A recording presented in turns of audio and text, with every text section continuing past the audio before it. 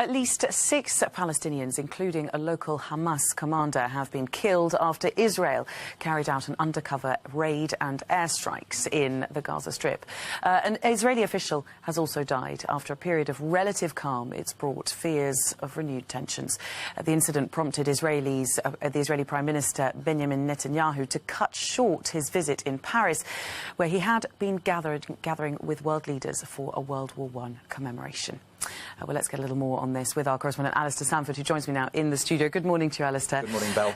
Just bring us up to date with what exactly happened here. Yes, well, both sides have been giving their versions of events, Hamas giving slightly more detail.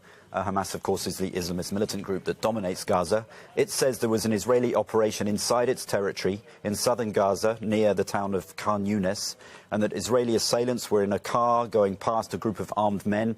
They targeted and killed one officer who's been named as Noor Baraka. He was the deputy commander of Hamas's military wing.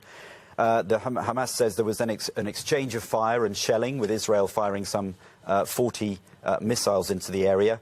And meanwhile, Hamas gunmen gave chase of the Israelis back to the border, and it's condemned what it calls a cowardly Israeli attack. Now, on casualties, different reports say either 6 or 7 Palestinians were killed. Hamas says they included 4 of their militants.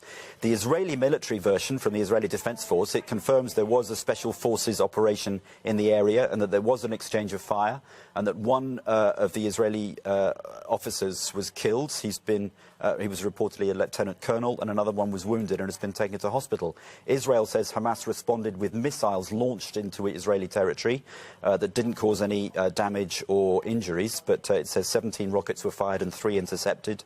It's created something of a security alert. A railway line's been closed and school has been cancelled in communities bordering the Gaza Strip. And of course, clashes on the Gaza Strip are not uncommon, but there had been a period of relative calm very recently. Yes, absolutely, which raises the question as to why this has happened now.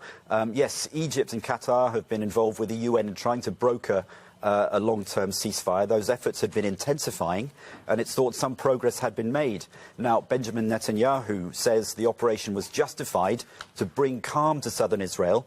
He says there'd been internal tensions destabilizing Gaza.